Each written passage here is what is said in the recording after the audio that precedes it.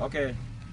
Fellow Ghanaians, this is Solomon Osu, and today is Thursday, March 28, 2019.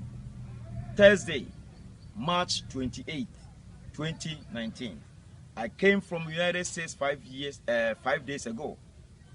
I came for a business trip, and I've decided to come and take evidence of the river bodies that they are saying we have fishes running in them, the river bodies that they are saying they are restored. This is the kind of river bodies that we have in Ghana now at the small scale mining areas. Oh, madam, a man there not that is saying, okay. So, this is the evidence. This is River Ofen. Nana, travel ground Kakramom. River Ofen River in Dunkwa. I'm at Dunkwa right now on the bridge of River Ofen. So this is the Ofen. That Professor Pimpo water is lying to the whole world that the river bodies have been restored and we have fishes running in them.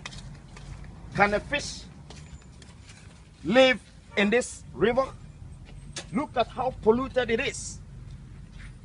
From the information I'm gathering, the Chinese guys are working right here, deep in the forest. They are in there working, and then they are